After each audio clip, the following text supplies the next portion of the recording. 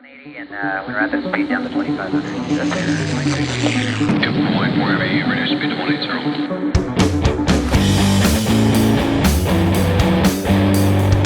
BlackBox. Hey, thanks for joining us today. Kenny Porter here. Thanks for showing up to KP's BlackBox. Today's episode, I am really excited, and I've had just a bunch of dreams about having an interview with you, Josh, and it was like Edward Scissorhands. So my friend over here across the table from me today, Mr. Josh Morgan. Let's give him a big yay and a golf clap. So, Josh, as you can see, he's a Wall Street investor. Right. Yeah. So Josh is on the other end of that spectrum. Pretty much. He is a Primitive Woodsman, master bladesmith, as we can see here on the table. But man, yeah, really, like for the last month or two, I've just been, dude, we got to get Josh and talking to one of your best friends, Ian, my son-in-law, the man, the myth behind the camera over there. I'm like, hey, when's Josh coming on the show? When are we going to get him here? I know, we've been talking back and forth about it for a while now. So you're crazy ass. You drove all the way from Boone, North Carolina, which is about 6 hours by car. Yeah, it's probably 360 miles or so. And you did it on your motorcycle. Yep. And you said it took like about 7.5 hours. 7.5 hours. Taking some back roads, staying off the main highway with all the crazy drivers. With a bag full of knives. Yeah. Can you imagine, did you think about, what if the state trooper stops me and just goes, hey, what do you got in the bag there? Well, I mean, my experience is most of those guys like knives. So as soon as you start talking to them about that, they're like, what? Their eyes kind of light up and are like, really? Wait. Yeah. It's not every day you pull over somebody that makes knives for a living. So. And these knives you brought are all the way. It takes you about 6 weeks to ship them in from China. That's where they come from? Yeah. Yeah, I got a lot of tiny hands over there putting everything together for me. Yeah, craftsmen in China, well-made Chinese works of art here. No, I'm sorry. Does that make me a bad person to joke the Chinese? I'll have somebody giving me bad comments on YouTube. Yeah, I'm sure. You'll get bad comments no matter what. Yeah. Or when the Chinese take over one day and we're not living in the woods with you, they're going to be coming after me going, I remember that show you did, Kenny Porter. Yeah. You made fun of us. We remember that. Yeah. So I'll be in some concentration camp, probably chopping wood with your knives. Maybe that's if they can find me and get me to make knives for them. I don't know. Right. Would you make knives for the CCP? Probably not. We're going deep fast already. Yeah.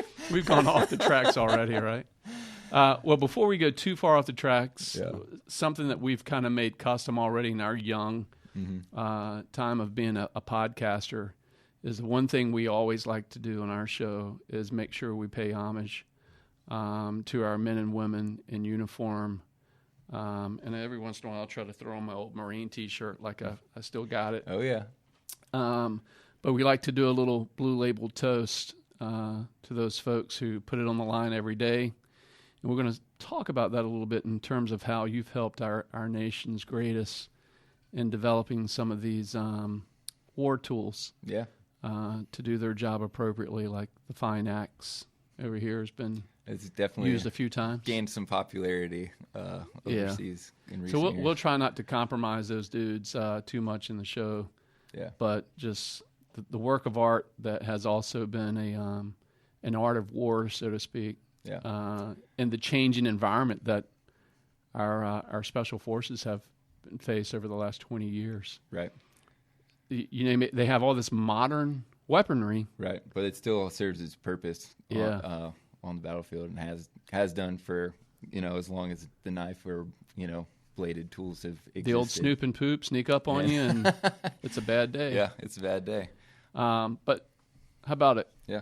Toast to our nation's military. Thank you to all of you who serve each and every day and to the spouses and families who are also part of that. Tomorrow, I got to drive out to Fort Campbell, Kentucky. Oh, yeah. To take my son a load of furniture, which I think I might have hauled part. some of that around earlier today. Yeah, so there you go, Izzy. Josh, Cheers. I helped you out. Cheers.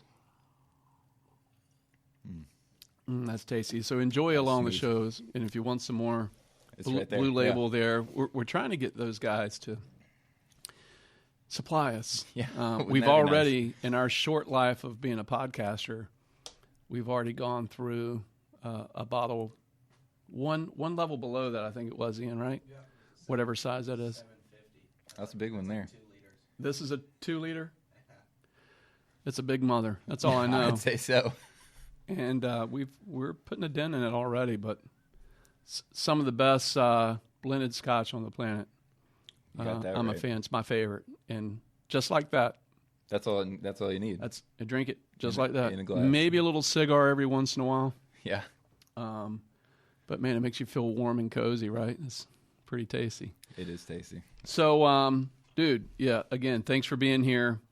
Let's talk about this journey you've been on and how you became the Primitive Woodsman. So, by the way, that's your that's my handle. That's my business. Primitive.Woodsman. On Instagram. On Instagram. Primitive.Woodsman or primitivewoodsman.com is my website.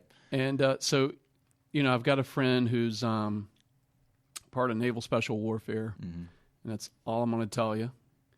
But I had Josh, for his retirement ceremony, create a knife and axe, and I really didn't know that about you. I knew who you were, and I knew you were outdoorsman, and then Ian's like, hey, my buddy Josh, he makes these really cool knives, and he used to shape, I think is what you guys call it. For grinding. For another knife maker, big knife maker. Yep.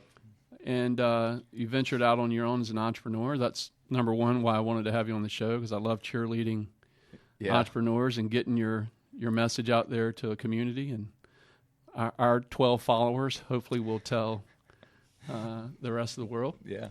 The 6 degrees of separation, That's it. So you started out, well, take me all the way back to you're a graduate of Appalachian State. Yeah, App over State. in Boone. Well, that's how I ended up in Boone, North Carolina. Okay. Because I originally grew up in Chesapeake, Virginia. That's where all my family still is. So yeah, I'm here staying with them. Nice. Well, I went there for an appropriate technology degree, which at the time that I enrolled was pretty particular to that university as far as how much that program encompassed. And so for tell anybody, me what that was again. Yeah, for anybody that doesn't know what appropriate technology is, it's mostly related to alternative energies is what it gets kind of pushed towards. Solar power, biodiesel fuels, wind turbines, water turbines, all of those types of things. So like biodiesel, you could take your household cooking oil. Right, and convert it over to a biodiesel even as simple as distilling ethanol, which is, we call those people moonshiners. Moonshiners. Well. I've heard a rumor that you made a still in one of your... So, yeah, I got one of my classes, it was a biofuels class. Yeah. They had a project that we were going to distill our own ethanol, and whoever could make a mash that we could distill in class got extra credit for the final exam or something like that. And I immediately volunteered. I was like, yeah, I'll ferment some stuff and we can make alcohol out of it. That sounds fun. So I got to take a mash that I made onto campus and use their really nice still setup. Where is said still now? No, that's top secret. Yeah. Classified, right? It doesn't get any use. I'm too busy making knives to bother with any of that stuff right now. But especially when you get a finished product like Johnny, you can just... nothing I'm going to make is going to compare to this. So. Yeah, I don't know, man. If it's anything like your knives, I'm sure you take it pretty seriously. So yeah, well, anything that I do, I tend to take pretty seriously. I like to take it to the limit of my ability and then push it a little bit beyond that. So. I see that, and I've been I'm experienced your craftsmanship and ship. Johnny's already getting to me. So that's not where you really learn to shape knives. I mean, this goes all the way back to like your... really, the whole relationship with me and knives started when I was really, really little. I loved knives. I don't know what it was that drew me to them, whether it was because they were shiny or what, but as a 5-year-old kid, that was all I wanted, knives. And I think I was about 4 or 5 when I got my first knife. It was a little, Swiss Army pocket knife, and I carried that thing everywhere. And from then on, I collected knives for a long time.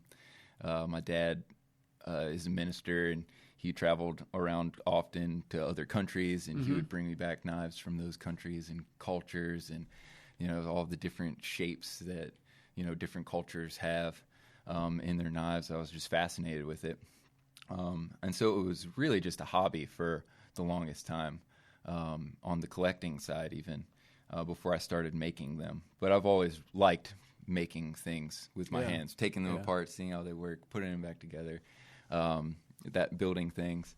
And over the years, it kind of translated, especially once I moved up to Boone, I had a little bit more free time. I started working on a shop that originally just started on my front porch of my house under a tarp, and great. just made it work. I found every little tool that I could, and kind of made a dozen knives that way. And before too long, I made some friends out in Boone, and one of them was working for a full time for a knife maker that was pretty predominant.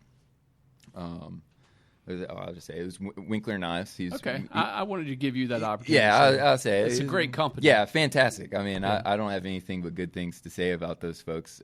What they've built is pretty impressive. And our Special Forces community seems to enjoy their product too. Oh, so, yeah. And I mean, in the course of the few years that I worked there, I got to meet a lot of those guys that were coming through, and got to see the wear and tear on those tools that they had taken overseas and brought back with them, and hear all the stories of how they were being used, and how guys were really relying on them for certain Noah, come here for a second. tasks. Put your fingers on the table. Yeah. Are you really? You don't have You'd to lose them quick. Yeah. we can just... But whose cutting board is this? This ours? yeah, that's I pulled it out of the kitchen. Nice. But, so let's go through this a little bit. So like this axe here, it's a nice design. It's balanced nice. It feels great. I'm breaking stuff there on the table. But what kind of axe would you call this? So I would consider that it's got a Nordic influence as far as the shape of the blade itself goes. I really like looking back to older cultures for blade shapes, which is part of the reason I like the Primitive Woodsman idea, because there was a period of time before modern convenience where these tools and implements were, they depended on them for their livelihood, whether it was, doing work around the farm or fighting off people, enemies, or going to battle. And so you can find a lot of useful shapes from those folks that relied on those tools. And so the upsweep in the axe and the long beard, or the upsweep here? Yep, in the top there. So that makes it so you can still use it as a defensive tool, for thrusting. And the big beard for hooking, that way? Hooking shields and stuff. Yep. But it also, but it also worked really well for doing the other normal everyday tasks. What type of steel are you using in a design like so this?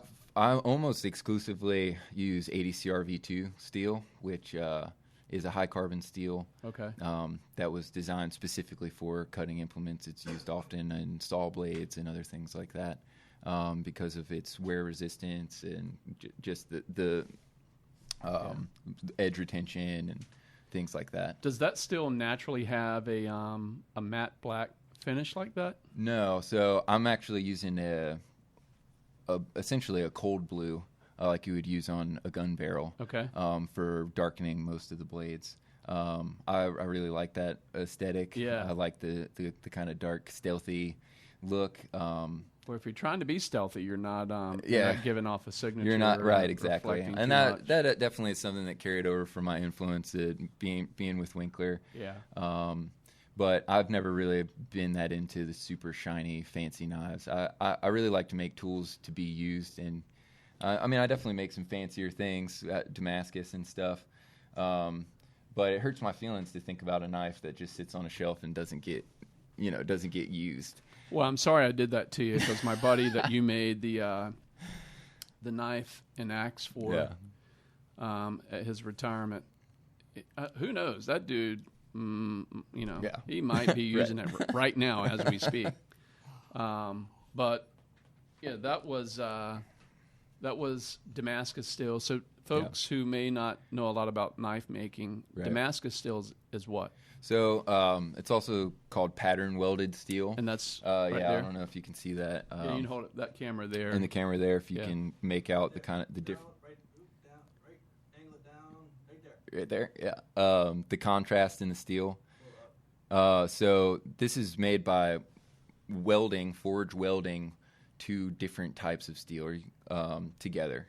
So in this one in particular, I used a 1084 and 15N20, and one of which has... Okay, what the hell does that mean? Yeah, there's a lot of numbered... BR549... nomenclature in the steel world, but for all intensive purposes, they're two different types of steel that have similar properties. So when you heat treat them, which is where you harden the steel so that it can actually be sharpened, they act well together. So there's a point in where chemically you're bonding these two different metals under high heat and pressure. So you'll heat it up, pretty much yellow hot, almost till it looks like a slab of butter. What kind of temp are you talking about? I think anywhere from 17 to 1900 degrees. I'm pretty sure. Is there a craft to where you do that you can't tell people? Like I do it to. No, not necessarily. But if you ask 10 bladesmiths at a certain temperature, you might get 10 different answers. Really? It's kind of like accounting in my business. These dudes will give you 10 different returns for the same number. Everybody has their own methodology and the steps that they like to do, whether it's in the heat treating process or how they weld the steel. Some people use, there's a lot of. Can I see that one? Can you hear me? This one here, yeah. There's a lot of superstition and stuff that comes along with the bladesmithing as well, especially with Damascus. Just because at one point in time, there wasn't that much knowledge or understanding about why it worked the way it did, and you'd almost be considered a wizard for knowing how to do that or produce an object like that. So after the steel is welded together, you can fold it a number of ways to get different patterns, and the more you do it, the more you can control the outcome of the pattern.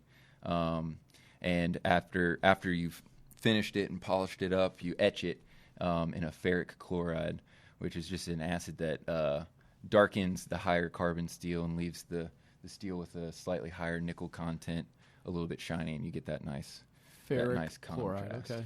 So, you and I handling the blades there, appropriate cleaning of that blade, like if I get my oil from my skin on it. Yeah. So what would you clean a Damascus blade with? The oils on your hands, I wouldn't say are quite as bad as other things. We're close to the beach. Blood. Salt, salt water. Yeah. That kind of stuff. Anything, even anything salt's even be just being being wet and not getting dried off is gonna, cause some pitting or some rust. But as long as you're wiping it clean and throwing a little bit of oil on there, whether it's your what kind of oil? Gun oil or gun oil. Okay. If it's something that you're using in your kitchen, you don't really want to use gun oil on your knife.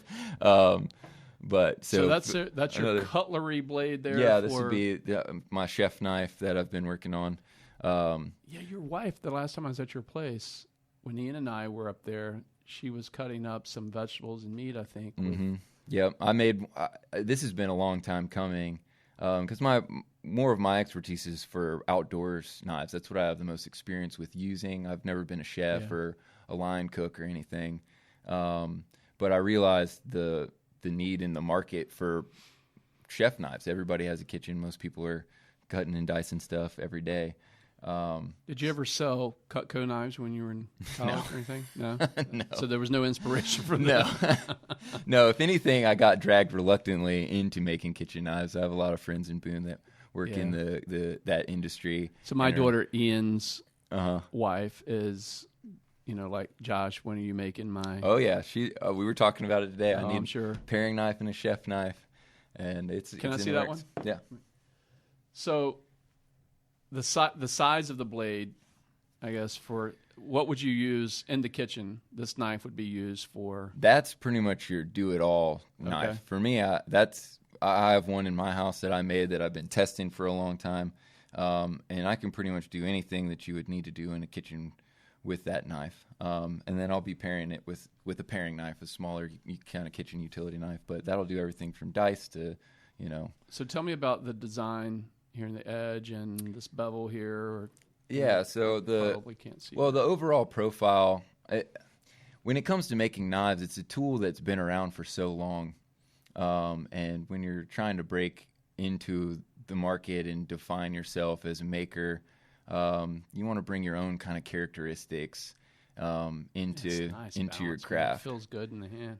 Yeah, thank you. And that's what I want out of a chef knife, is something that's really comfortable. This one you're doing that kind of stuff, right? Yep, it just kind of wants to fall naturally through it, and it's not going to make your hand tired, especially. Did you get that, Ian? My slice and dice? Yeah.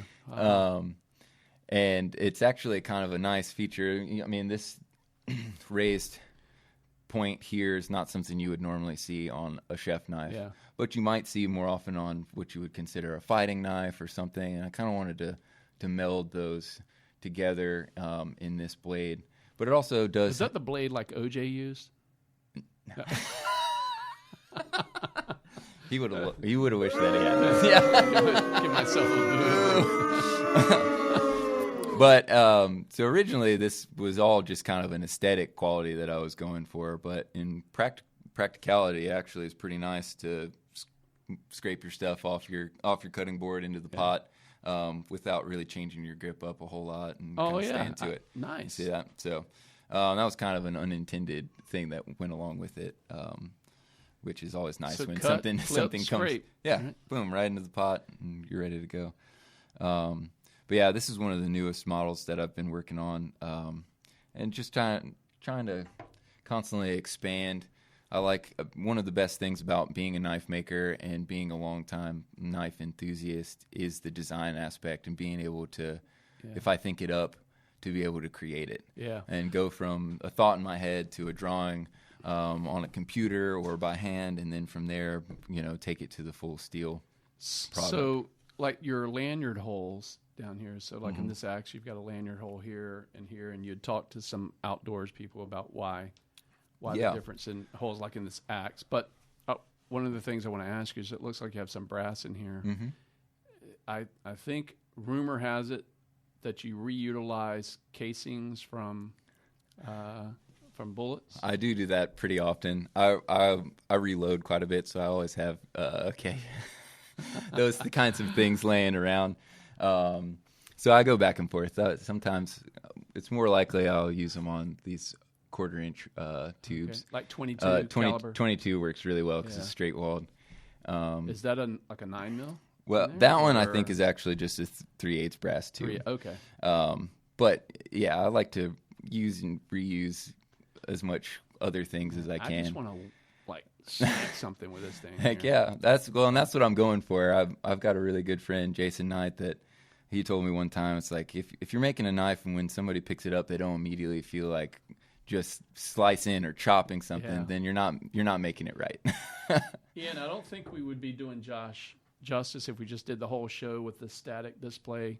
If you can, we'll put some of your video on the video podcast. While we're talking. Yeah, he can overlay some videos for us of things you've done, like on your motorcycle, slicing watermelons and pineapples, and there's a lot of fun stuff. I try to have as much fun as I can doing all of it, and also just showing what the blades can do.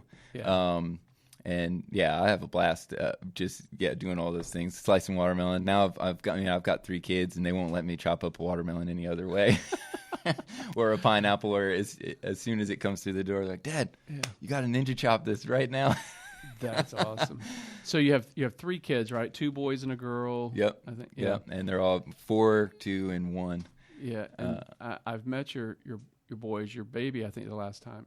Your little girl was a baby. She was really, really little last time you were out there. But your sons, man, they're already quite the outdoorsmen. Oh, yeah. That I saw. And yep. There's a funny story about the dog flipping your son in the air, which was pretty cool. That happens often.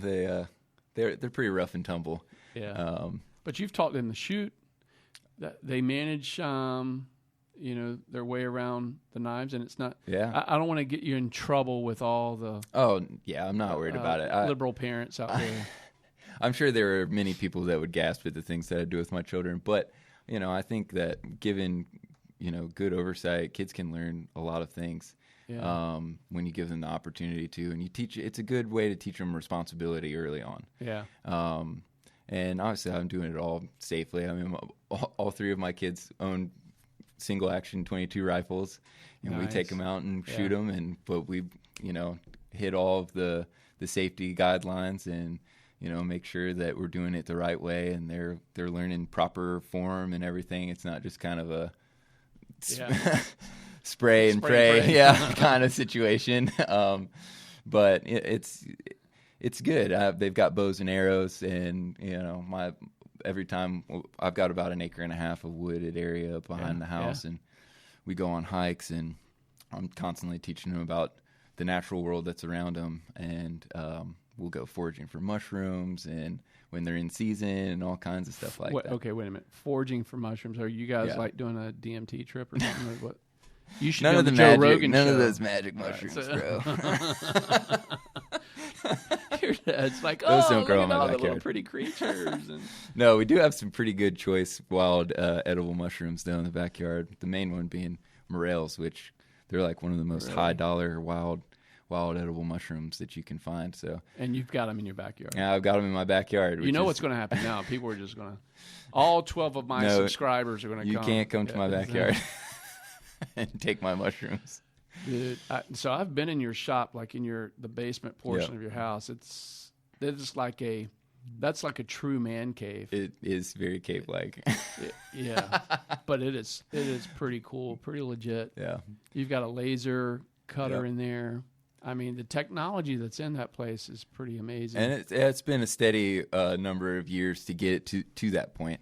I've always had this drive in myself to, be sustainable and I've always been kind of entrepreneurial in one way or another, and I've always had that in the back of my mind, even when I was working at the other place. I like to be able to create for myself, and the more tools that you have, the more capability you have, and so it's been a really fun journey to kind of pick and choose and find the things that are going to give me that next step up and what it is that I can create and how I can go about creating it. All right, so serious question for you. Mm-hmm.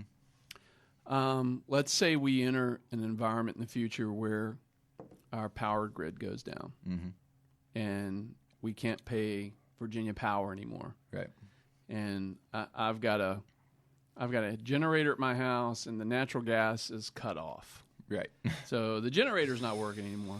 What the basic necessities of a person to be able to be sustainable and to make it on their own? What would be your recommendation? Well, that's a tricky thing. I told you I studied appropriate technology, and the biggest aspect of that is finding, based on where you are, what your resource is, the most appropriate technology to meet the need out of, what you have immediately available to you. Okay. So everyone's circumstance is going to be a little bit different. You might have access to a flowing stream with enough fall and put a micro hydroelectric generator or something like that. Well, what if you don't have that? Let's just say the big event happens. We get an electromagnetic. Oh man, we get an EMP. And we're all back to the Stone Age in a lot of ways. But you're going to be cool. I mean, you're. Well, I do. I'm lucky, and that's part of the reason I decided to stay in Boone, because there's so much natural resource. Yeah. There's a lot of wildlife. There's a lot of biodiversity. So there's, like I said, there's things in my backyard that I can go out and eat, which most of suburbia, all they have in their yard is grass, and you're not going to live very long on grass. A couple little rabbits running around that. It's not going to be a good day for them. Yeah. Although a 5.56 round might be. There won't be a whole lot left unless you. Yeah. So if you get him in the head, you just got to be a really good shot. Yeah. Well, you've seen me shoot, so it's not like my old Marine days. Yeah. I got some work to do again. But. But seriously, if you had a person who said, "Hey, Josh, I want I want to kind of learn how to be sustainable on my own in the environment that I live you're in. in. Yeah, the biggest thing would be not to wait until that EMP hits. It's being prepared before it. Yeah. And most people that think that way get labeled preppers. But really, I just think it's common sense to have a storage of food and know how to defend yourself and your family, and to know how to, provide shelter and those types of things. Ideally, you get to stay in your own home. Yeah. And you can take the measures to make your home, a fortress in that scenario. But that's definitely not ideal. I'm lucky I got a spring that is gravity fed for my house, but not everybody's going to have a spring. You got to have water to live, and you got to have somewhere to store it.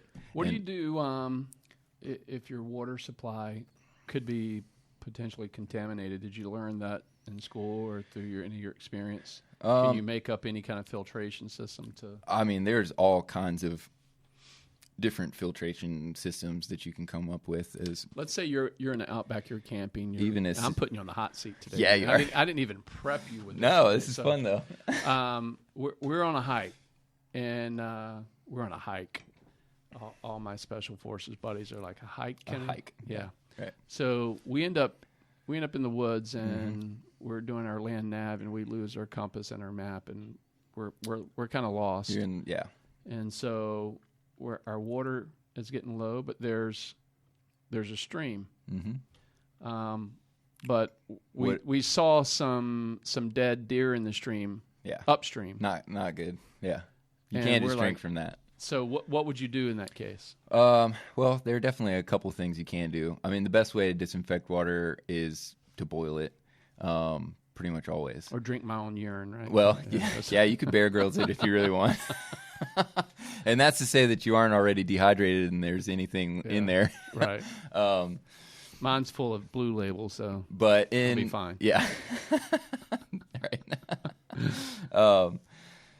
If you've got a container that you can boil water in, then that would be my initial thing. If there's big chunks of stuff and it's just muddy, murky water, then you want to filter it beforehand. Yeah. And if you've got something that you can sift through, ideally, you can do something with the layers of, start with a layer of grass or some type of foliage, and then sand, and then charcoal, and let it seep through. That's a good way to go about it. If you've got a plastic bag, you can, and there's trees around that are alive. You're not just in the middle of the desert. You can actually cut the end off of a branch and put a bag over it and get moisture out of the end of that tree. Nice. You can create a solar still if you want to. There's about a million different ways to go about procuring potable water. And that comes back to, what do you have available? What resources do you have with you? Yeah. And then what skill set do you have? And those are the two things that'll get you through. Dude, you should write a little book or booklet if you haven't yet that you could put out there with your knives. And do you make like a Bear Grylls? I hate to use that, but survival knife. Yeah. So this is actually a knife that I designed in collaboration with a guy that teaches a wilderness outdoor school. What's his name? Do you mind? His name's Nathan. He runs the Buffalo Cove camp just down the mountain from Boone. Oh, nice. And he does a lot of stuff with school-age kids, but also runs a lot of adult classes, everything from, primitive fire starting to, canoeing rivers and all of that kind of stuff, saving people in the water. And how long is this course usually? He's got a lot of different tiers of courses or specialized weekends where it might be, one focus or another. And with, the craziness that has been 2020, he's had to adapt a lot of his courses because you're not going to ship a bunch of school-age children anywhere right now. Put your mask on. Yeah, right. All in the woods with your masks, starting fires. Yeah, it's just it's been strange. But you got to have your social distancing. Make sure there's a deer coming who has rabies, but stay away from your friend here. He approached me. He approached me a while back because he wanted a knife that was a go-to. He's been in this industry and kind of living off the grid for the last 30 years or so. Is that knife similar to this Yep, one? yeah, those are the exact same model. It just was slightly different handle material. Okay. But he approached me with the idea of creating essentially a bomb-proof woods outdoor knife that would do everything you would need in a survival situation, or just... Whoa, what do you mean bomb-proof? As in, like, as tough as it gets. Okay. You know, not like I mean, defuse a bomb with. Yeah. How do you do that? It'll survive a nuclear blast. No, but he wanted something that was rugged, that was sturdy, that you could bet your life on in a survival situation. Yeah. You know, and he's used all kinds of knives throughout his years working in the outdoors, and he had a very specific idea of what he wanted that would be the most useful for that scenario. So on this knife in particular, starting with the blade grind, it's what's called a Scandinavian grind.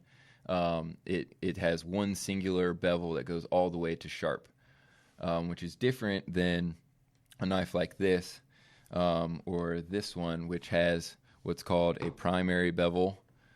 So this initial angling or beveling of the blade, and then it has this tiny little section here that's sharpened, and that's what you see on most blades. Okay.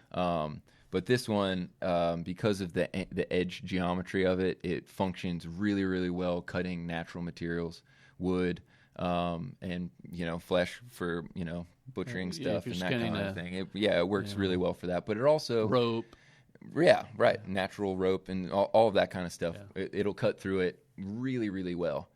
But it's also really easy to maintain in the field because it's that 0 degree bevel. It goes all the way to sharp. So if you had a stone, let's use this here. You can lay that bevel completely flat on there, and you can feel it really, really easily to sharpen that edge and get it honed back to a good usable position. Whereas a blade bevel like this, that sharpened edge. That sounds cool. That sharpened edge is a lot smaller, and so you got to be a little bit more precise with how you're pulling that across to do your sharpening. But it also, it's very ergonomic. It's got a good weight to it. It's got a good thickness, so you can baton through wood with no problem to prepare kindling, that kind of thing. It has a exposed tang on the back. Yeah, I was going to ask you about that. So this exposed tang. Tang, yep. It can be used for a number of things: breaking something open, scraping inner bark to get tinder, hammering maybe. Even. Yep, or even in self-defense if you you want to be you don't necessarily want to. I'm not going to take your life from you today, but I'm going to make it wish like you. Right. Yeah. Should have. It has that purpose, and and that's something to be considered with any knife as well. It's a tool, and just like the older cultures, those tools had to serve both the purpose of utility and defense. Yeah. And so it's nice to be able to have both of those things in a single tool that you carry around. And that's the knife that I... Oh, you just whipped that right out. I carry on me all the time. Yeah. Because it really is a good balance of both of those things. It's got a very acute point, so it's good for drilling into wood, for making holes, for all types of bushcrafting things. It's got this forward lanyard hole for lashing, but also makes for a good pinch point. And when you say lashing? So for lashing, tying it onto something to extend your reach. I got you. If you're trying to reach a vine or something to make cordage up from that you can't necessarily just reach up and grab or cut from the ground, you can tie it up and come through both. Yep. Yeah. And it also has a divot here for doing a bow drill fire. And the divot here. Yep. Yeah. If you can see that, there's a divot right there in the handle, so you would put your spindle up in there, and you can bow drill with that. So it just takes one. It's one less thing that you have to make in the field, especially if you're in a survival situation. Right. Time is everything. The more expedience in anything that you do, you're saving calories. You're saving time. Right. Yeah. So you also make the sheaths And this is the sheath for this blade here. Yep, for the bushcrafter. Is that right? Mm-hmm. Yeah. And you have an interesting way of carry. Like you carry yours in a horizontal. A lot of the time, this sheath in particular is made to be carried in kind of a cross-draw canted style. Just like that. Okay.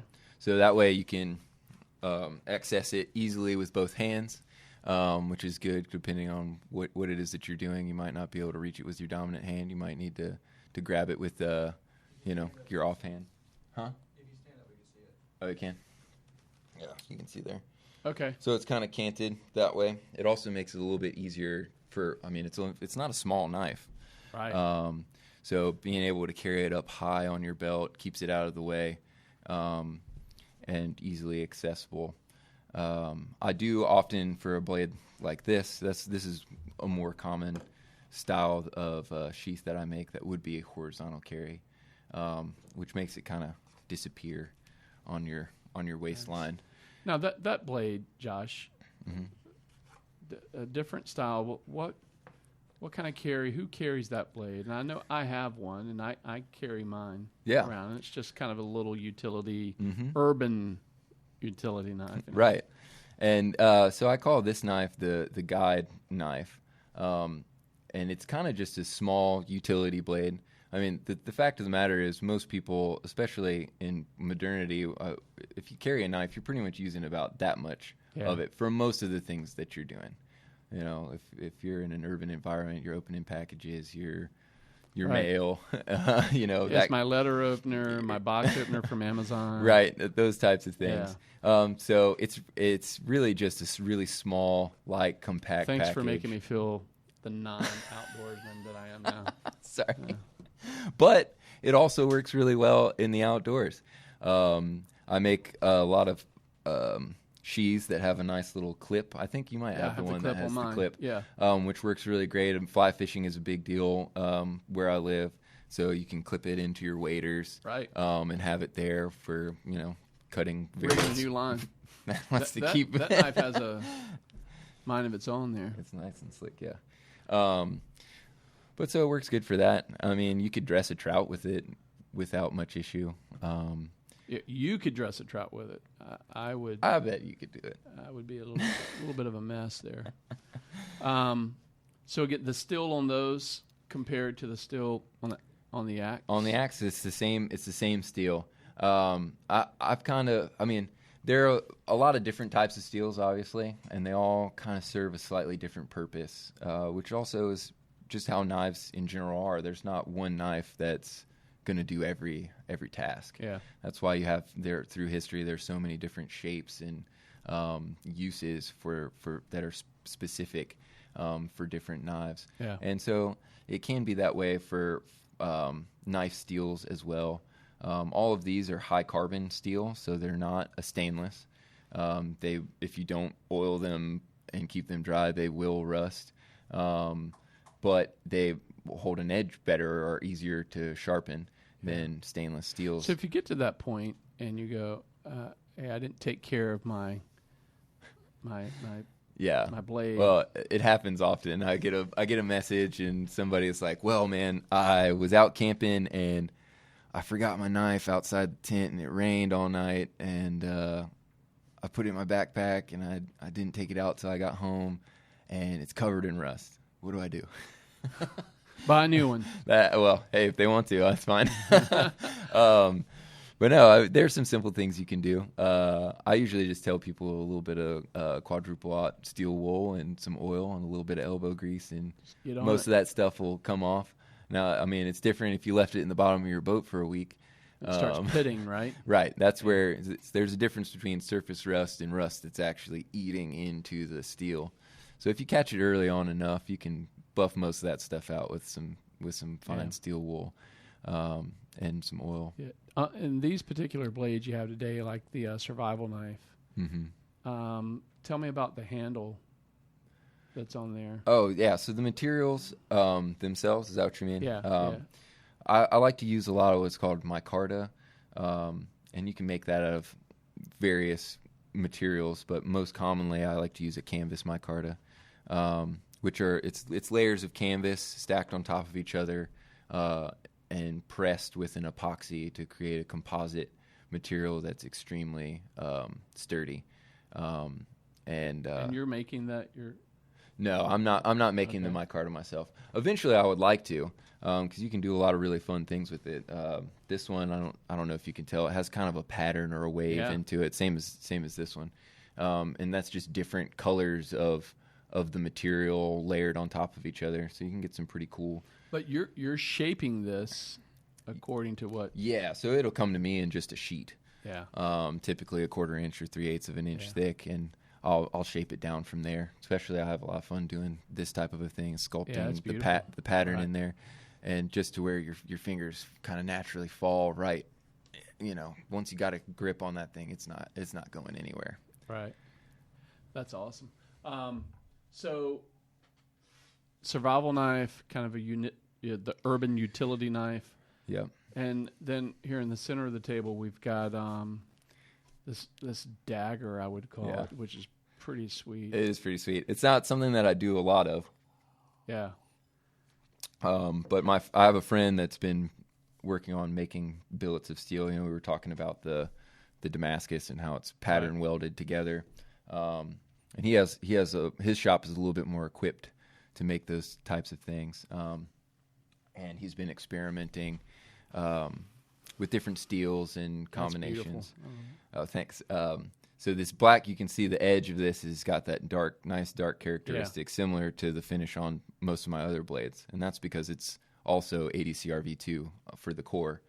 But this bit here in the middle is actually a stainless steel. This one in particular, I believe, is AEBL. For most of you, won't mean a single thing. It's the BR549 again. Yeah, right. And so that's how you get that contrast. The same way I'm etching it in the ferric chloride and bringing out the darkness of that high carbon steel. So it reminds me of like the old vintage World War II blades. I'm glad you can see that, because that's a lot of what I'd based it off of. I kind of melded that idea of the Fairbairn Sykes dagger that was really popular during that era with kind of a little bit of a medieval-ish flair. Right. I see that. Just because, and he wanted me to, my friend Coy, he wanted me to kind of have some fun with it, make something cool. And this is something slightly out of my ordinary design that I figured I'd play around with, and I'm pretty happy with how it came out. Yeah, I would see why. So that type of blade, the environment that would be used in would be. I mean, that's just for fighting and just sticking, prodding, gouging, right? Yeah, I mean, you can take it hog hunting, I guess. Hog hunting. Yeah, hog hunting. I know a lot of guys that go. Hog. Oh, yeah, hog Come hunting. on, Boone. Yeah. You ain't taking hog hunting? Hog hunting. No, there's a lot of guys that like to go hunting for hogs with knives and stuff. They chase them down with dogs and get them cornered, and you just have you done that? Jump on. No, not yet. I've got some friends that go do that kind of thing. That's pretty quick. Now, I think I remotely remember a story about you with your homemade bow. Did you killed a wild boar with your bow, right? No, that was me. That wasn't you? Was it a story you told me? Or is it just a lie you made up? Well, no. Or am I just fabricating that completely? I do have a friend that killed a hog with one of my blades on a hog hunt. I mean, it was a pretty massive hog that he dispatched it with what I call the Hellbender. It's a pretty big chopper. I didn't bring one of those with me today. The Hellbender. Yeah, the Hellbender. So actually, I like that name a lot because it has a cool meaning to me. It's actually the name of North America's largest salamander. And they grow to be about this big. If you can imagine a salamander, 2 feet that big, yeah. And the blade is approximately about the same size and length as. So I've seen that salamander. You've got one of your blades on the handle. Mm-hmm. Salamanders on there. Is that kind of like your mascot? Yep. Yeah. And it just so happens that they live in the area that I live in. Yeah. So it's kind of a cool way. One of the things that I really like about owning a business is that I can kind of choose how I give back to the community that I'm in. And Boone is such a small, tight-knit community, and there's such a big emphasis on the outdoors and preserving nature and the Hellbender in particular has been a mascot for clean water, because they need cool, fast rushing water that's really clean to live. And so it's a good way to kind of call attention to that aspect as well. And some of the stores around town, there's a program that just promotes clean water, and I donate a percentage of the sales from the fishing guide shop there that sells my knives to keeping the waters clean. And I think that's an important thing, is to find ways to give back into your community. And those are things that I enjoy. I like fishing. I like being on the water. Nobody wants to see junk in the water. Right. And so anything that we can do to, benefit that and keep the government out of keep the government taking over that aspect, I think it's our responsibility first. And I'd rather, give a little bit instead of just waiting and relying on somebody else to force it on me. So we'll come back to that thought in a few minutes, and we'll talk about your a little bit of where we're at as a society now, and kind of come back to that primitive man in you. Right. But in terms of your craftsmanship, how long have you been a bladesmith? How long have you been doing this? So I started making knives as a hobby probably about 6 or 7 years ago. And I worked full-time grinding steel for Winkler knives for a few years of that, and which really, it fast-tracked me in my skill set to be able to make and produce these types of things considerably. And then for the last 2.5 years, I've been going it solo and running this business and growing it slowly. How many knives do you think you've shaped or ground or made? In all of my knife making career. Glory, yeah. I typically like to break it down because the number is pretty through the roof. While I worked at Winkler, I was pretty much, I was at a grinder 8 hours a day, all week, 40 hours a week. And I might grind 100 knives in a day on a given day if that was what was necessary. And so in the course of those 3 years, I probably ground about 20,000 pieces, whether those being axes, knives, picks, all of those types of things. My hands were on quite a lot. Wow. And in the last couple years, I'd say, I've probably made about 150 pieces or so. I keep a lot looser count on now that I'm running my business in some ways. So you're kind of on demand in terms of your orders now. So, yeah, I typically have about a six week turnaround time for orders, which isn't actually terrible for a lot of makers. I know guys with 2 years of backlog orders. But yeah, that's all comes along with building the name and getting out there and putting more knives in more people's hands. And well, just be prepared after today's podcast. You're going to have probably at least 3 orders. Yeah. So, but no, in all seriousness, man, if we can help you, I've been able to experience it, and I'm a enthusiast. I love knives. I love guns. It's kind of my blood. But I would say guys who have used these tools in a way that most people would never want to even imagine have said some really nice things about your work.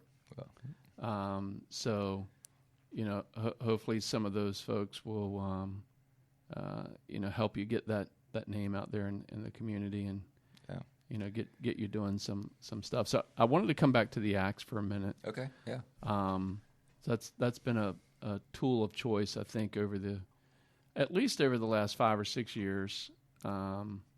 Definitely. Where I would say mainstream outdoorsmen have become more acquainted with going, that can really be a useful utility tool. Mm-hmm.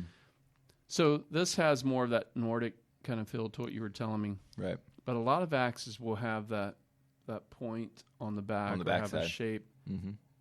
That would be more of a war fighting tool. Yeah. So, a lot of these designs have been around for a long time. Yeah. I mean, there were guys using boarding axes on pirate ships in the 1700s with big, big spikes on the back of them and all kinds of stuff like that. Yeah. And even in navies around the world hundreds of years ago, those tools were used and have had, practical application.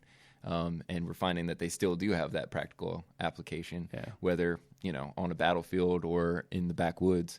Some of those shapes change depending on what that in purpose is. But it's really nothing new. It's just kind of almost like a rebirth of the idea. Which you need to make? I just thought of this. Huh. So my father-in-law gave me a replica black powder pistol. Nice. But guess what's forged into the pistol? A blade.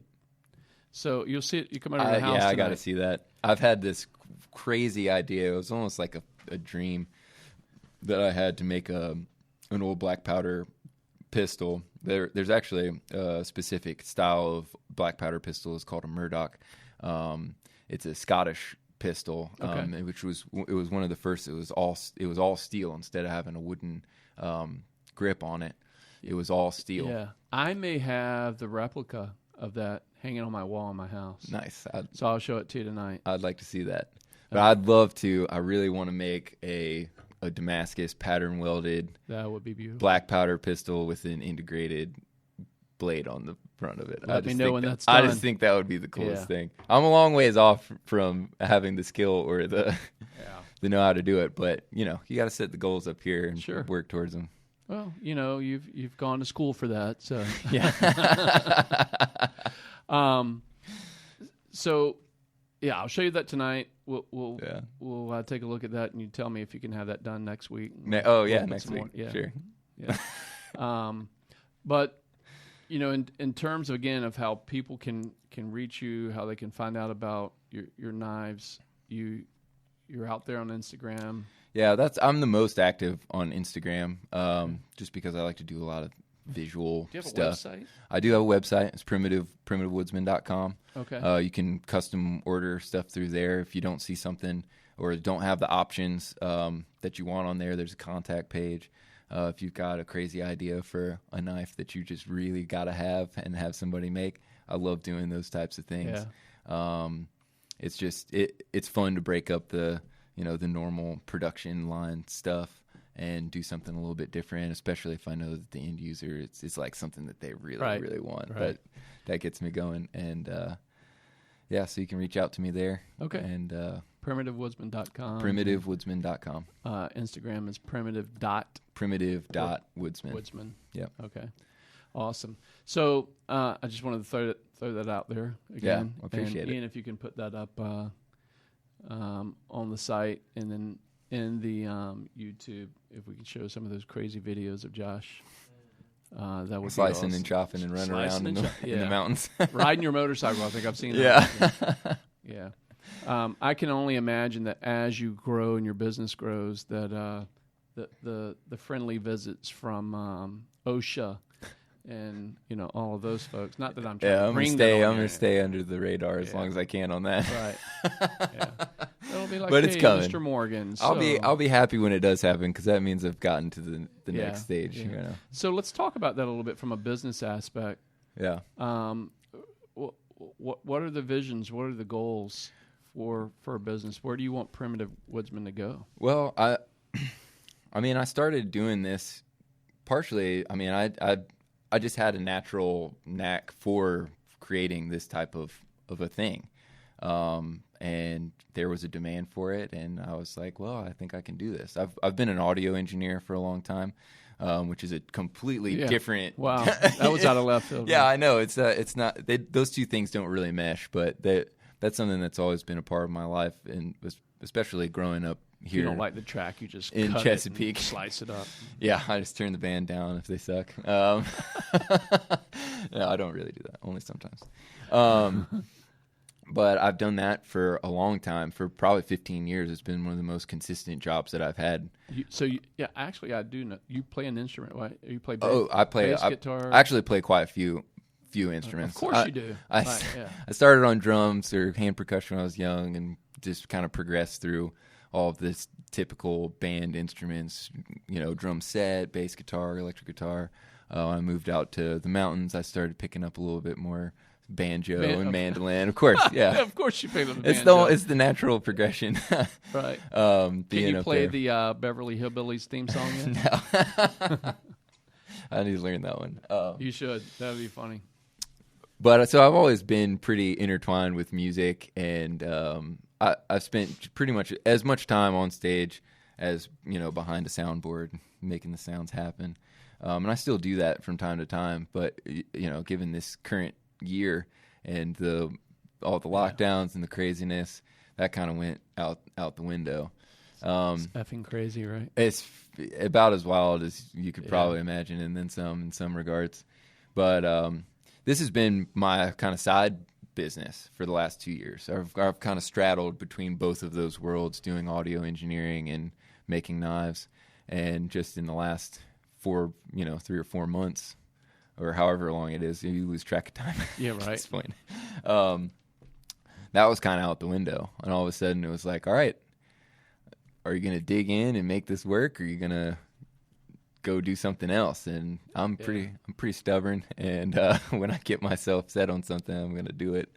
So this has been my full-time thing, and I've actually really enjoyed this time to have the extra time to focus on it and really improve the tools themselves, but also all the things that go along with the business. Improving just the image or the brand, and stepping up things like that are simple, like packaging, and because you want that experience when somebody gets something and they open it to just they're drawn into it. And you need the Apple designer for packaging to come in and go, Josh, this is the experience. The experience, you really are creating experience, and that's another reason. And by the way, we don't want them to cut their finger off when they open up. It also needs to be safe, right? But that's part of the reason why I like doing all the fun cutting videos and stuff, because it's not just about selling a tool. It really is about the experience and people seeing that and imagining themselves just, digging into something and, that drawing them to it as well. I need to link you up with my nephew who, I don't know if you watched the podcast, where he's actually building an epoxy wood table for us. Yeah. But you should meet Nathan. This guy's has become a wizard with epoxy and wood, and the coloring and making all that come together. We're so excited to get our table from him, and he's doing a podcast table for me. Yeah, that'll be awesome. So really exciting stuff. So I'm going to get some pieces from you, and we're going to put them on the wall. We're going to figure out get a little display right there. Put them in here, and I just got to have a commission on it. So we'll negotiate that off camera, but. No, in all seriousness, I do want to have some stuff that we'll keep here in the studio for folks to be able to see, and we'll let them know. And as our podcast grows, hopefully people go, "What the heck is that big?" Yeah, knife on the back. Well, what is? I want you to commission one for me, though. Yeah. We've got a little bit of this Irish thing going on in our family, and the whole crest, and again, you're probably going to be upset that I'll never go out and swing it in the woods, but it'll be a... That's all right. If it brings me business, I won't complain. Okay. But, a nice showpiece that I literally, if I have to grab it off the wall one day and beat Noah over the head with it, I shouldn't say that. We've captured that. Oh, I just choked myself thinking about what I would... Yeah. But... Yeah, I do want to kind of create something that pays homage to that Irish culture, and I think I'd sent you a couple pieces before, but I've kind of gone back and forth on what I. Yeah, I'd love to get together on that. Like I said, that's one of my favorite things to do is if somebody's got an idea or a dream of something that they want. Yeah. And I can make it happen. So you can do that. People are watching today, and they want to custom within reason, Yeah, I want this 12-foot blade. Right. Yeah. What is the largest in terms of length and size? Right now, so I'm limited by the size of my kiln. So I've got a knife-specific kiln from Even Heat. Okay. They make some of the best heat-treating ovens that are available on the market today. And who are they? What are they called? Even Heat. Okay. They do a lot of pottery kilns and stuff too. They've been doing that type of thing for a long time. But they Even Heat. We'll put them up on they've got Give them a little shout out. Cool, yeah. They've got a whole line of stuff that is kind of knife specific, and that's what I use. And it's 18 inches deep, so that's about the overall length. But 18, I mean, you get an 18-inch knife, in your hand. It's really a short sword status at that point. What was the old Bowie? That was a popular knife I was a kid growing up. Oh, the yeah. Bowie knife. The Bowie knife is, it's an American classic. You can't really separate American culture from the Bowie knife in a lot of ways. And that's where you get a lot of that really cool clip, kind of clip point. This almost kind of has a little bit of that to it in some sense, or even this kind of has an adaptation in a little ways. But most of the time you see those with a nice big guard, sometimes a big S guard or something. And I've made a few of those. They're pretty cool. Have you made a K-bar yet? The old Marine Corps World War II. No, I haven't made an exact replica, but I've made a couple knives that are designed for the same purpose. Yeah, I have one that I gave my nephew Danny. Hopefully he still has it. If he doesn't, boy, I'm gonna come after you. But he's a Marine now, and has gone further in the Marine Corps than I ever did. And so, Semper Fi, Danny. But he's got, I think he still has my old K-bar. It has the original leather handle, full. Oh, yeah. The tang sticks out, and it has kind of that flat it's got pedal. The pommel on the back there. Give somebody a little thump to the head. Sometimes it's necessary. Or turn it into a hammer if you have to. Yeah. So, that would be kind of cool if I could come up with some blade like that pays homage back to the Marine Corps. But if we can spin that into a little Irish. Okay. I don't know. I don't know what the Irish. They were carrying around the big ball with spikes on it. I think. I'm not sure. I need to ask my cousin Ray, who has a very strong history background. From nice. Yeah, I don't know as much University about of North Carolina, Irish history of blades.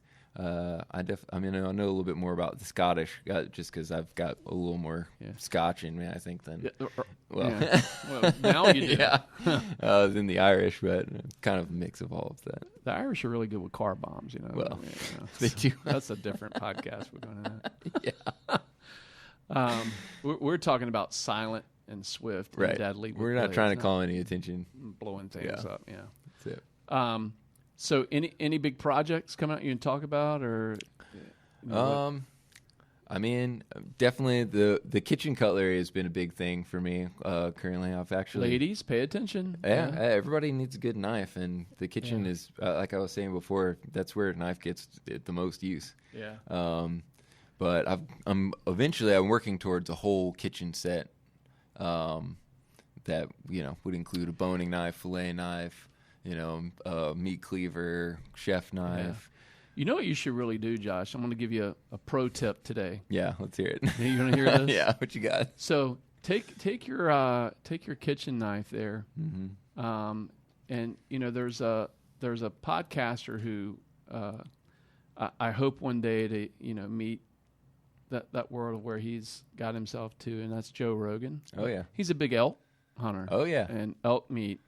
And I know he's got a knife guy out there, but he does. You should send him one of your blades and say, "Hey, man, see what he thinks of it. Let's put this up. Let's do a blade test." Would you do that if somebody said, "Hey, I'm going to put you up against Benchmark or one of these big fancy names"? Oh yeah, I'm pretty proud of the stuff that I make. I stand behind it. I've got a warranty. It says, anything goes wrong with it, that's my fault. I'm going to fix it or replace it. It's. So what would be your fault as a bladesmith? What would you go, dude? That shouldn't have happened. Well, there's some things. Leaving it in the rain and it rusting is obviously not your fault, right? And that's the caveat. If you're throwing it around, you leave it to rust. You're trying to it's not a pry bar. You're trying to pry something open that you shouldn't be. Yeah. That's on you. But a knife. If you take this knife and you just bend it over and it's soft, which I do a rigorous number of tests to my steel to make sure that it's going to perform the right way before it gets to the end user's hands. But I'm human. It's just me. I'm a one-man shop. There's always the ability for that to happen. I again, educate. What can go wrong in that whole kiln process and heating metal? So happens? in the heat treating process, that's really where the knife becomes a knife, and it's not just a knife shaped object, because you can make, shape a piece of steel and it look beautiful and have some nice lines to it, and really comfy handle. But if the steel hasn't been treated properly, it's not going to perform like a knife. So essentially, the heat treating process for my steel in particular, I'm heating it up to around 1,500 degrees, between 1,500 and 1,550 in the kiln, and quenching it in an oil. So it rapidly cools the steel and it hardens it to pretty much the maximum hardness that steel is capable of. And then after that hardening process, the steel is actually brittle. So the harder something is, the more brittle it becomes, and the softer something is, the more malleable and the more toughness it has. Okay. So it won't break. And so as a knife maker, you're trying to get to that balance of hardness and toughness.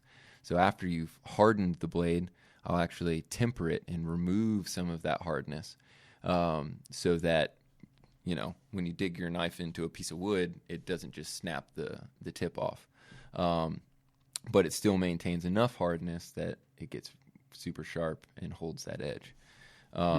So there's a number of things that can go wrong. I've had just about every one of them happen to me at one point or another. Whether it's your oil wasn't quite the right temperature and it didn't cool fast enough to get hard. And is that just a wasted piece of steel at that point? Not necessarily. There are some things that you can do to remedy that.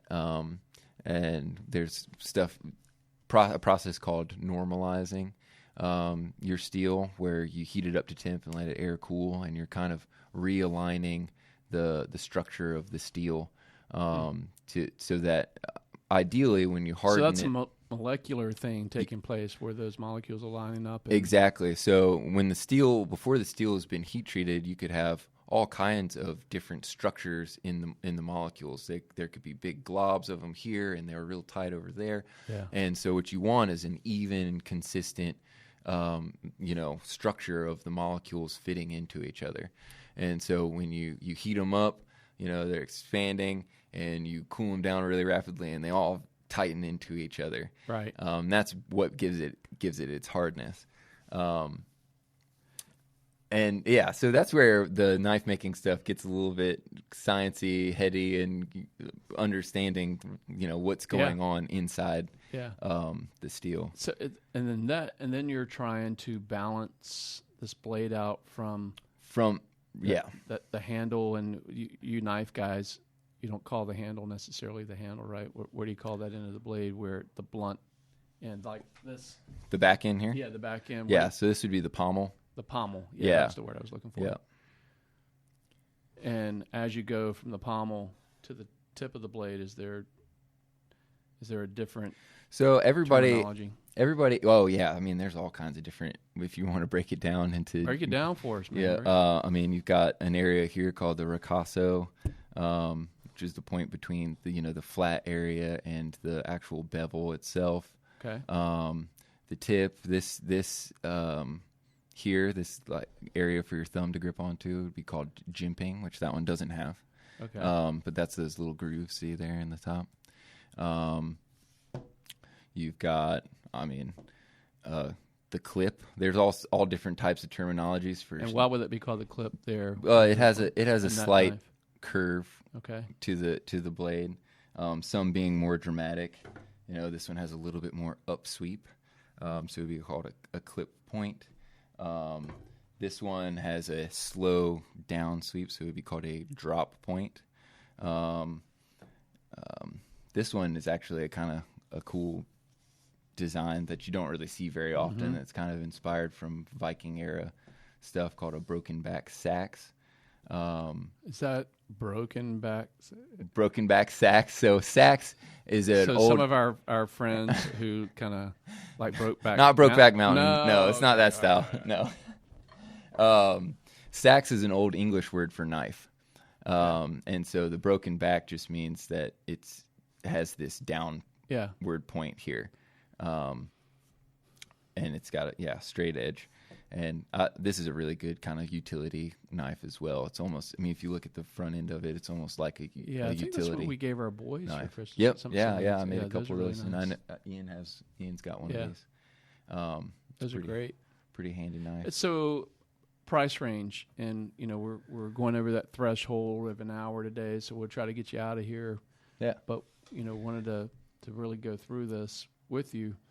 So with your knives, your price range can range from the small utility urban knife. Yeah, I make some smaller blades that I didn't make it into the batch today, that start at around $125 or so. Okay. Does that include a sheath, or is that? Yep, and that includes a sheath. Pretty much all of the blades include a sheath, except the chef knife. I mean, nobody's gonna strap that onto their belt and carry it around, I wouldn't imagine. I don't know. Sarah and some of these cooks like her. And if you want to, I'll make one for you. It might just cost a little extra. But yeah, all of these kinds of knives, they're designed to be carried on you, and they all come with a leather sheath.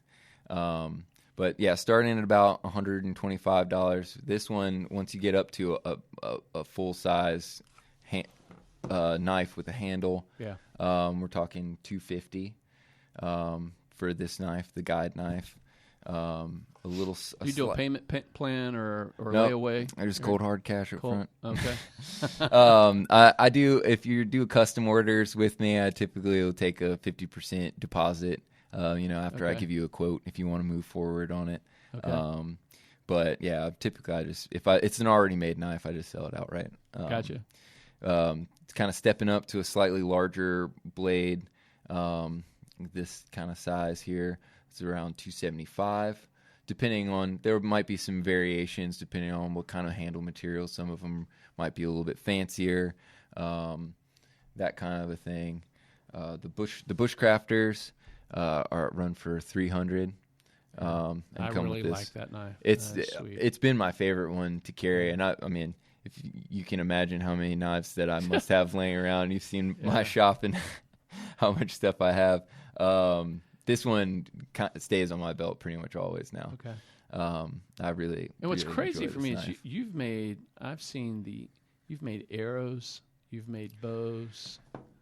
And when I say arrow, like you're like doing bird feathers and that's right now that's definitely a hobby of mine that I really enjoy. Going out and choosing a tree and cutting it down and finding the straightest part of the stave and making the bow and pulling all of those things out of nature like people that before us did. So what's the longest that you've been out in the woods without a crunch bar and some water and some granola? I don't know that Have you tested yourself that way yet? I mean, I always push myself. That's one of the reasons I love living in Boone. There's a lot of wilderness that's accessible. My favorite place being the Linville Gorge, to go and explore and jump around. Gorge. Yeah, the Linville Gorge. It's one of the largest gorges, I believe, on the East Coast. Okay. But it's not very far from where I live. And I definitely like to challenge myself, go out for a weekend, and I'll bring some food with me. I'm not trying to get stranded and put myself in a life or death situation by any means, but I like to, if I can, I won't eat it. Some bark off a tree. I'll do some fishing, go look for crawfish, go foraging for mushrooms, that type of thing. You've brought that mushroom thing up a bunch. Oh, they're delicious. I don't know. There's few things as exciting as just walking through the woods and then stumbling across something that you can eat. It's that you don't have to chase down and kill. You just pick it up and there it is. There it is. Yeah, it's a pretty cool thing. So you have some experience. Some people could get hold of some bad mushrooms. Oh, so yeah. We're not advocating people go out in the woods. Don't just pick any mushroom that you see and eat it. That's going to end badly for you. I've spent a lot of time, especially in the last few years, just because of the location I'm at and the fact that resource is there, studying the difference between those mushrooms. There's a handful of them that are pretty easy for novices to get into that don't have lookalikes. But once you start getting into like your stereotypical looks like a mushroom you buy in the grocery store, you really need some know-how. Yeah. Because it can come down to even just what the spore color is, or on a spore print, or really minor details in gills, or stuff like that. Are there any publications or books you'd say, hey, go read this? This is a good outdoor book for you to. Off the top of my head, I can't think of any books necessarily. The best thing to do is to find other people that do it or have the experience, because that's the thing about it too, is you can read a lot of this stuff in a book, any of the wilderness stuff. How to, you can read about how to go fishing in a book, but until you actually go with somebody that knows how to fish and can point out the spot in the river where the fish are at, you probably aren't going to, fully get a hold of it. And it's the same way, especially for foraging, any type of wild edibles. You want to, really rely on the experience and knowledge of other people, in the context of actually going out and finding those things, which is cool. And it's gaining more and more popularity. There's mushroom clubs that are popping up all over the place in wild edible. Really? Especially as, I mean, man, we're in the middle of a pandemic and everybody's like, the world's ending and what are we going to do? And so you're starting to see kind of this move towards some of the old world knowledge of, what can I eat? Has that changed your business any? Man, the knives just have these jumping. knives have a spirit. They're alive. They're alive. Has it changed your business any? Have you seen an uptick in orders because of the crisis? Yes and no. I mean, I can't say that it's entirely because of that. Like I said, I've been putting a lot more time into promoting it and putting stuff out there and building up, inventories and stuff like that because of the pandemic. But also, I think people are a little bit more driven towards it. People are starting to think, maybe prepping isn't crazy. It's not just lunatics in bunkers in the middle of the desert. Right. It's actually like a practical thing that maybe I should be thinking about too. And I think that as time moves on, people are starting to value handmade goods as well a little bit more. Yeah. And the uniqueness of them with the rise of big box stores, and we're seeing, things like Amazon gaining billions of dollars throughout all of this stuff. And I think it's burning a lot of people out, and they don't necessarily want to see the world taken over by giant corporations. Sure. They'd rather see it, be able to give back to other people that are, making goods. So let's do this, man. Let's go over to my house tonight, and we're gonna have a little show and tell party. That sounds good to It's me. gonna be like a man cave pampered chef party, for lack of a better term. And show off some cutlery. Show it off. I want to call dibs on this one, the axe, and the World War II blade there. All right. But definitely set this one aside for me. Okay. But I don't want to, hog, the opportunity for other people to experience. Well, your you know where I'm at. I can always make you one. Make me one, yeah. But those are pretty sweet, and I'm thinking about putting those over here on the wall until we get my special made Marine K-bar / Irish poker, whatever. I don't know. The Irish poker, yeah. That's the Blue Label talking, the Scott talking in me. But dude, I really appreciate you coming by, bringing your gear with you. Yeah, and man. Really I'd love to get you having back on the show. Say 6 months or so. Yeah. And I'll have all kinds of new stuff by then. We can do a Christmas version. Yeah. How about that? Right up, the right Primitive before Woodsman Christmas special. It's Christmas special. That's right. Yeah. And you know how they do the knife show. Like, let's do like 125 knives here. Yeah. And We need someone with prettier hands to show them off, though. Well, I was going to say, dude, you carry the mountain man thing all the way through. Yeah. Like, you got your bandana, your nose. I've seen you. This is not a show, folks. Yeah. This is Josh. I mean, he is. I think you were wearing that the last time I saw you. Maybe. I haven't taken it off since. Taken it off. True mountain man. But yeah, dude, you're a class act. You're a great human being, and it's awesome to spend some time with you today in the studio, just talking about your craftsmanship. And so Oh, thanks, man. We'll get you back real soon, and I don't know. We might have Ian take some shots tonight at the house, and we'll post those. And yeah, we'll do everything we can to help you get the message out about your blades. I know my good friend who was wanting to come tonight is in on a business trip. You know what I mean? Yeah, I catch. So yeah. But we'll get you guys linked up again, awesome. And there's a massive community out there that I think will appreciate your work when they are able to see this podcast. Yeah. So, well, awesome, man. Thanks for being here. Thanks for riding the motorcycle like 7 hours. Hey, thanks for giving me an excuse to ride that motorcycle for 7 hours. Yeah. Awesome. I've been talking about it for a minute, and I just want to thank you for having me on, man, and giving me this opportunity to talk about all this stuff. And this business is still in its infancy, but I'm excited to see where it can go. Like I said, man, a lot of people we have on my show we want to really champion entrepreneurs and get the message out for that guy that's really just putting it out there, and the burning the boat at the beach. That mentality that you've gone for it. Right. There's no turning back. No turning back. Yeah. You're just doing it. That's it. And I love that, man. And I think people should support that. And, we can pick on Jeff Bezos and Amazon and the monster that it's grown into. But I think 1997, he and his wife in a 1 or 2 bedroom apartment, if I remember right, in San Francisco, had this book club kind of buy some books. I know. Online. That was when I was a little kid. That's all it was. That was just you just bought books online on Amazon. Isn't it crazy? Yeah, and that's where it went because he was dedicated to an idea, and I won't knock him for that whatsoever. Dude, I'm just going to speak that God's going to bless you with that, and it'll be cool. Yeah, I will be. I appreciate it. You're going to have like the Amazon knife club. So, let's see that happen, right? Let's do it. All right, dude.